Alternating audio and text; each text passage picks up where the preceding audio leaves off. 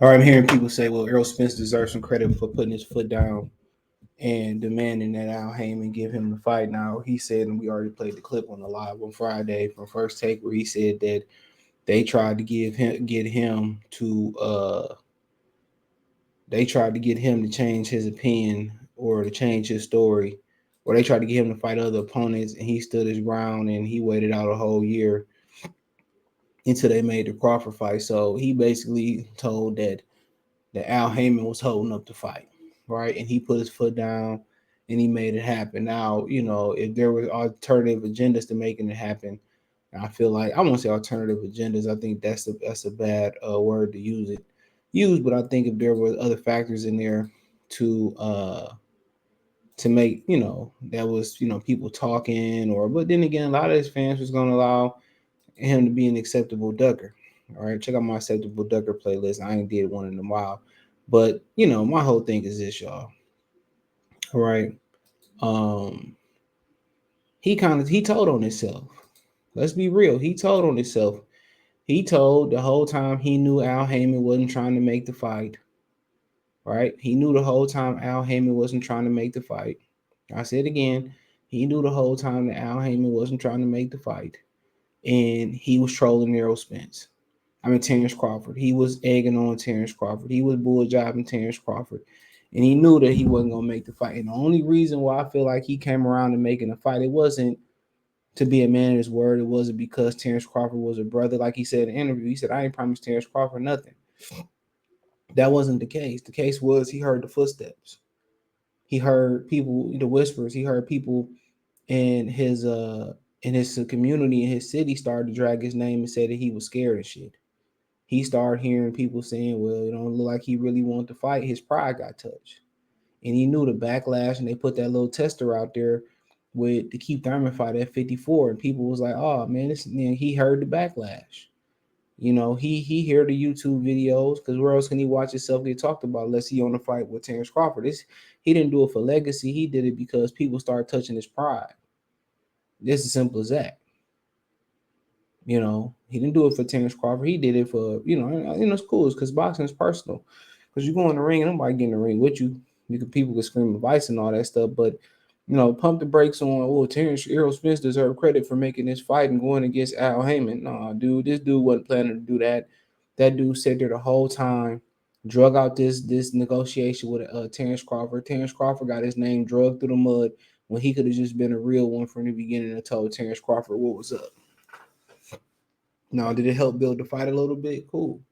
But the amount of disrespect that Terence Crawford had to deal with as a fighter from wherever you're from, whatever your ethnic background, I don't think was fair. If you knew the whole time that Terence Crawford, that they wasn't intended to make the fight, then you egged him on the whole time. Well, he get a belt, then we could fight. Then the barometer moved. Then it's like, oh, he on the wrong side of the street. Bob won't give it to me, so you drug Bob Arum in there. And the whole time, all you was doing was continuing to move the line until you couldn't move it no more. Until your back is in the ocean and, the water, above your head. And then you had to finally put your leg down with Al Haymon and say, well, I ain't bullshit, and give him what he want. I want to go make this fight. People say, well, will he be in Al Haymon shit house? At the end of the day, I think he willing to take those chances. I think he's willing to take those chances, dude. Al Haymon worked for him. Al Haymon is an advisor, even though it don't technically work that way. But everybody said, "Oh, give him credit." I give EJ credit for stepping up. 5 years later, when you knew they wasn't trying to make the fight, the back and forth with the fans, all this shit could have been avoided, bro. All this shit could have been avoided. Oh, let's just build it up, man. We just gonna build it up. Terence Crawford ain't ducking me. It ain't size of the streets. We just want to, build it up to the best of our abilities, and let me get these belts. But nobody knew he was gonna take so many detours with the belts. But this is what they wanted. They wanted to stretch it out as long as possible for Terence Crawford to get as old as possible. So, am I sitting here exonerating him completely or giving him a pass completely? No, this dude played the role, bro. This dude played the role. He played the role. Oh, 70, 30, 80, 20 if he keep playing. He said, well, I was just playing. But the fans don't do that. Don't know that shit. They don't know when you trolling or playing. Then you got Jamil Charlo egging it on, and you got everybody on PBC side of the street. They going around saying, "Well, Terence Crawford pricing himself out." Terence Crawford, his name got drug in the mud, bro. His name got drug in the mud, dude. Let's call it what it is. His name got drug in the mud. That shit was. I think borderline is an understatement, dude. He got his name got defamation of character. They defamed his character, bro. All these dudes that claim to see in the contract, all these dudes that's pro PBC that was riding Errol Spence dick. They gonna come out and say, "Well, Errol Spence told the truth. It was Al holding it up, and he was bullshitting the whole time, playing a role." And he probably felt like he had to play the role because he had to just because Al Haymon made him do it. You could tell Jamil Charlo be having to hold back a lot of shit because Al Haymon orders, and he already know his work. What he really want to do is not gonna match up with Al's plan. That's why the Charlos always tell you like we don't pick our fights. They tell you that in a minute, like we don't pick our fight. Well, ain't nobody scared of nobody. That's Jamal's favorite line. But people say, "Well, give Earl credit for stepping in there. Give Earl credit for going against Al Heyman." Well, when you really want some shit, he could have did that a long time ago. 2 belts, 3 belts, 1 belt on the line. It's a big fight, regardless. You know. And Terence Crawford had to deal with all that disrespect, and at the end of the day, all that is fueling his gas tank and tank. That's all it is. All that is just gonna motivate him to keep going. And he stayed in shape. In between this, he knew they were trying to catch him slipping. I heard somebody on live some media say, "Well, they both had long layoffs because the Albanesian fight didn't count." I don't agree with that statement. How the fight not gonna count? And I did a camp for the fight, and it was an actual fight. I got to work on some things. I got to, do some things in that fight. I got to kind of make sure my fast twitch muscles in there. It's still a camp, whether it was 6 to 4 weeks. It's still a camp. It's still a fight night. He still got a fight in December, and he come back January, February, March, April, May, June, July, 7 months later. Probably closer to 8, 7.5. And Errol Spence ain't fought since last April. So you go April to April, that's 12 right there. May, June, July. So shit, it's 15 months, 7 or 15 months. But then again, they used to it. They used to this lethargic rhythm. But yeah, he ain't getting no pass because he put the foot down. He put his foot down for because he already knew his name wasn't gonna be good. Like he had bad credit going to the car lot, going to get a mortgage. He knew what it was. He knew forever what he would have been labeled as, and Al Heyman didn't care shit about the backlash that Errol Spence was gonna receive. Al Heyman did not care. And Al Heyman probably telling him, "Man, you worried about that bullshit. They gonna forget as soon as we kind of cue you up for Canelo fight. Ain't nobody gonna remember this." But he couldn't help it. When your own community started turning on you, feel a certain type of way.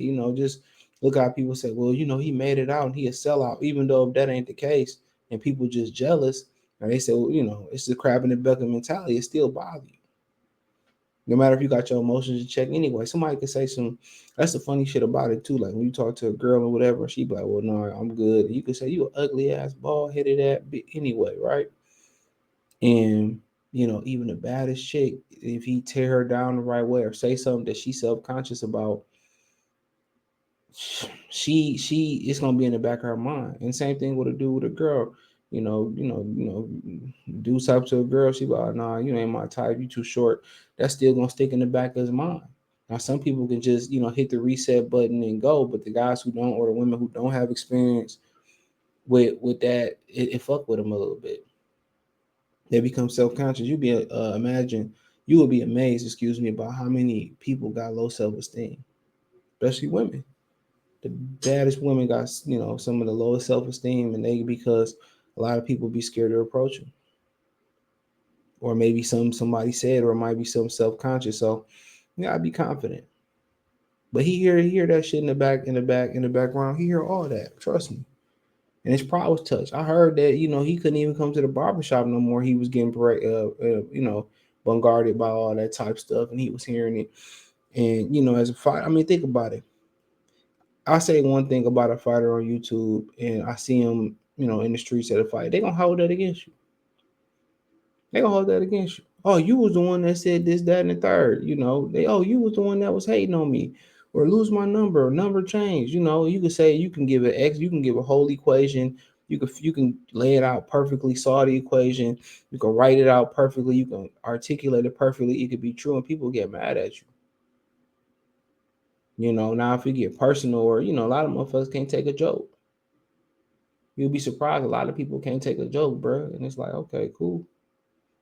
Like I ain't for everybody, because I crack jokes. Some people don't. Some people don't like them. People, oh, they too, you too.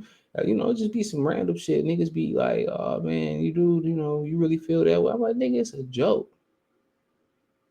It's a joke. That's why I don't really open my. That's why I don't really open my mouth, bro. No more like that. Like somebody really can't take that. Just be hilarious. Like your homeboys back in high school, they take that shit. But I heard people in St. Louis kind of like that. Like they got them real kind of like jokes. But it's just soft fun again. I work with some people in Amazon in St. Louis, man. Same way. We had hella fun. But everybody a little bit social media, a little bit self conscious. So you know how I go. But I ain't giving him full credit for taking this fight, bro. Straight up and down. I ain't. I ain't giving him full credit for taking this fight, bro. Straight up and down. That's just my opinion. Because of what I just said. He sat there and he trolled Crawford just as much as anybody. I don't think he really thought it was gonna happen either. And he started getting drugged. He started getting drugged by his own people, on social media. And I think he changed it up. So yeah, thumbs up the video, share the video, subscribe to the channel. That subscribe button is the bell icon button. Hit all notifications, increase your chance of notifications. We go live and drop video. Financially want to support the channel, Cash App, $ CJ Good 313, Venmo CJ Good 313, PayPal link in the description. Hit the link tree, find me on Twitter, Instagram, Spotify, Anchor, Cash App, Venmo, PayPal, Apple Podcasts, Google Podcasts, the whole nine. Hit the link tree, find me everywhere. Appreciate the love, support. Peace.